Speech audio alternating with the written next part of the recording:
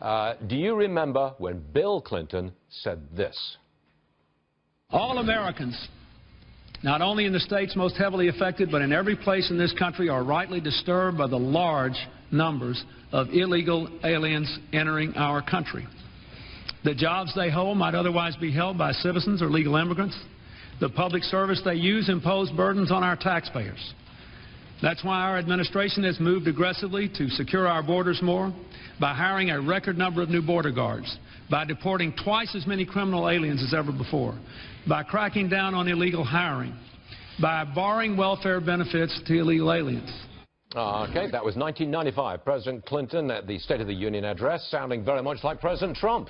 Now, with the failure of health reform, some say immigration may be Mr. Trump's biggest victory this year.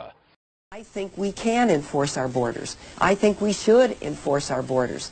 To have a situation where 40% of the babies born on Medicaid in California today are born of illegal immigrants creates a very real problem for the state, which is in deficit. Look, of course you can enforce the borders. Let me finish. I agree. To have 17% of our prison population at a cost of $300 million a year be illegal immigrants who come here and commit felonies. That's not what this nation is all about. Of course. And tonight we saw the problem firsthand.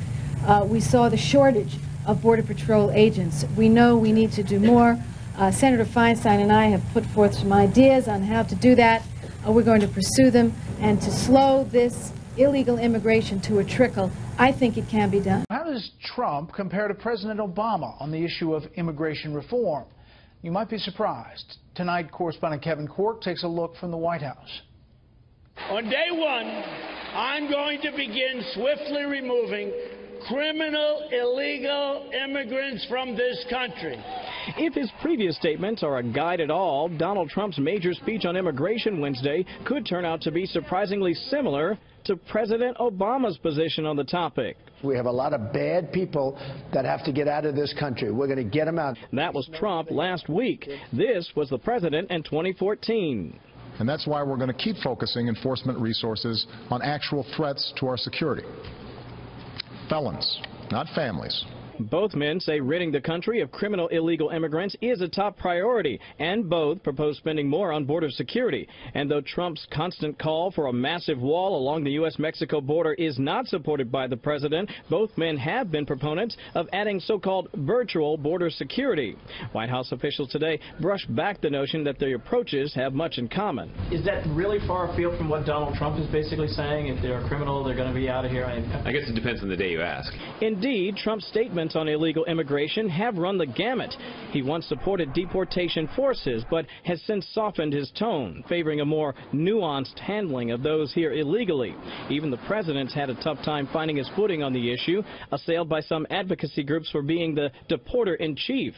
The Obama administration has deported more than the sum of all the U.S. presidents of the 20th century, 2.5 million and counting, including last year when 91% were said to have had criminal records.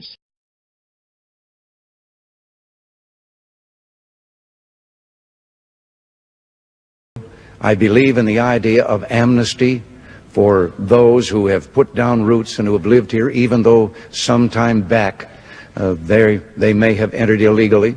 Rather than making them or talking about putting up a fence, why don't we work out some recognition of our mutual problems, make it possible for them to come here legally with a work permit, and then while they're working and earning here, they pay taxes here. And when they want to go back, they can go back, and they can cross and open the border both ways